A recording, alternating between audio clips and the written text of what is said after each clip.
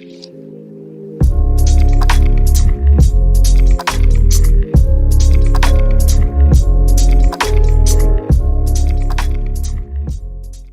guys, FirstinWeather here. Welcome to my 2017-2018 winter forecast, complete winter forecast, part 1.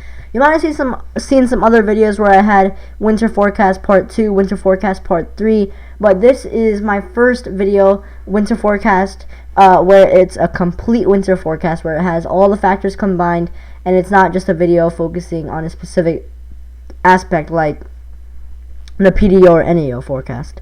So, without further ado, let's begin. So, my main factors are, number 1, analog years. Analog years are very important when making winter forecasts. Basically, you see what other similar years, and you see what those years were like, and then you make a forecast off that. Then also you have ENSO, PDO, NAO, AMO, and QBO conditions. And I'll be using those also and those also will influence my winter forecast for this year. So, starting out first with ENSO conditions. Right now, it's looking likely that we're going to see ENSO conditions anywhere from 0.2 to negative 0.2 Celsius from December through March. And by the way, this forecast is for December through February. But new model runs are showing that we might be seeing a weak La Nina or strong negative ENSO conditions. So is this just one model run, or is this a consistent trend that will get more and more pronounced as we head closer to winter? So that is something I'm going to watch, because if it is a trend where we continue to go cooler and cooler in our forecast, then I will have to change my winter forecast a little bit, but as of now, it's looking like we're going to see neutral conditions. Now, this is the PDO. And some of you might remember the record warm PDO conditions we had a couple of years ago, where it was just unbelievably warm sea surface temperatures, just in this arc right here, and then cooler than average waters here. And it was a really well pronounced PDO. We had index values around 2.2, 2.5, even 2.7. But now we've actually significantly cooled. In fact, for July, we were actually we were in the negative status for the PDO. And one of the things I have been noticing is that the PDO has been cooling steadily for the past 2 years, and we're slowly starting to see some signs of an emerging cool PDO. And is this a complete pattern shift? No, it's just a change in the short term. And usually when you have cooler than average waters over here, and cooler than average waters here and here, it tends to signal the formation of a cool phase PDO. And as most of you know, cool phase PDO means warmer conditions in the east and cooler conditions in the west. However, I do think this PDO will be really weak. Will be in a really weak negative phase, cool phase, or just around neutral. So that also influences my forecast, because I'm thinking the jet stream will, for the PDO only, will kind of end up like this, like a trough right here and then a small ridge. So when that interacts with some of the other patterns, and when I put that with the analog years, my forecast will not just be a ridge, a trough in the west and a ridge in the east. There are other factors that will influence my forecast too. Now, this is the NAO. For winter lovers, the news is not looking too good. It was looking like we were gonna see a negative NAO, and here I have also said that a slightly negative NAO is looking likely.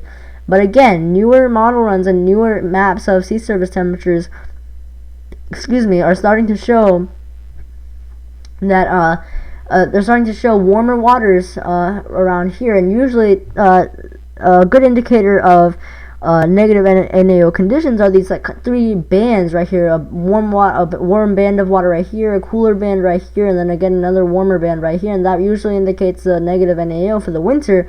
But now we've started to see steady warming in these areas of the ocean, and now we actually have above average temperatures for this area in this middle band. So if I might have to change that forecast, I'll have to monitor that trend, and if that trend continues, I will have to make adjustments to my forecast. And again, that's why this is an early forecast. I want to make another forecast for around October. So if we switch to the AMO is has been positive in general, since 2006. It goes through those big fluctuations, but in general it's been positive, and each phase lasts about 20 to 40 years. And right now we are in a positive AMO phase, and that, as most of you know, that really does have big implications for the hurricane season, but it can also have impacts on the winter season, and right now it is looking positive, so that is also going into my winter forecast for this year. And finally, an easterly QBO is looking likely. And as you know, easterly QBOs tend to support cooler than average winters in the eastern United States, and below average temperatures and above average precipitation, and above average temperatures in the southwest. So that is also going into my forecast. And now here are my analog years. My analog years are the months of December through February for the winters of 1951, 1952, and 1956 and 1957. And if we look at the outcomes of those winters, you can see that for the winter of 57, you had cooler than average temperatures in the northwest and generally above average temperatures in the southern U.S. And for the winter of 1952, you had below average temperatures in the western United States, and then below average temperatures in above average temperatures, in a small area right here. And for precipitation really isn't looking that pronounced. It's basically different for each year. The precipitation forecast I've made hasn't really been influenced too much by analogs, but my temperature forecast has. So, without further ado, here is my 2017-2018 winter temperature and precipitation forecast, part 1. So, here it is. I'll start off first with precipitation, and some of the factors that I looked at that were earlier in this presentation, and also the analog years, but I didn't really depend too much on the analog years. Here I mostly depended on the factors. I'm predicting above average precipitation in the Mid-Atlantic, the southeastern, northeast, and northern portions of Georgia, Alabama, and Mississippi, and then also through eastern Tennessee, eastern Kentucky, West Virginia, Maryland, eastern Pennsylvania, and southeastern New York. Now, I think there's going to be a wide swath of below average precipitation in the Midwest, the Southwest, and California. And this is interesting because I really never have made a precipitation forecast like this, where I have this huge swath of below average precipitation across the middle of the country. But that is what I think will happen this winter. And now for the Northwest, I really do feel like this is going to be a wet winter, especially due to the cool PDO. It will really make a little small trough, I think, over the Justin that will occur quite a bit during this winter, and I feel like that will really help bring lots of above average precipitation for the northwestern regions. And now, if we go to temperatures, I think the Northwest this area in light blue should see slightly below average temperatures, while this area in blue should see below average temperatures. And this again is for the months of December through February. And now if we go down here, this yellowish color should see slightly below average temperatures, while the area in orange it should see above average temperatures. And for the yellow, it should be slightly above average temperatures.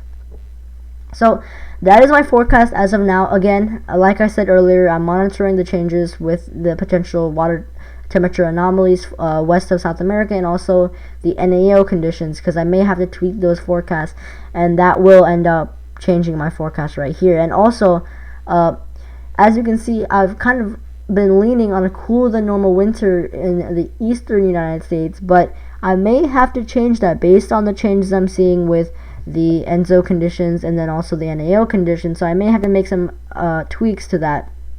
But I am relatively confident that this area will see above average temperatures, while this area right here, especially in the northern third of the country, should see below average temperatures.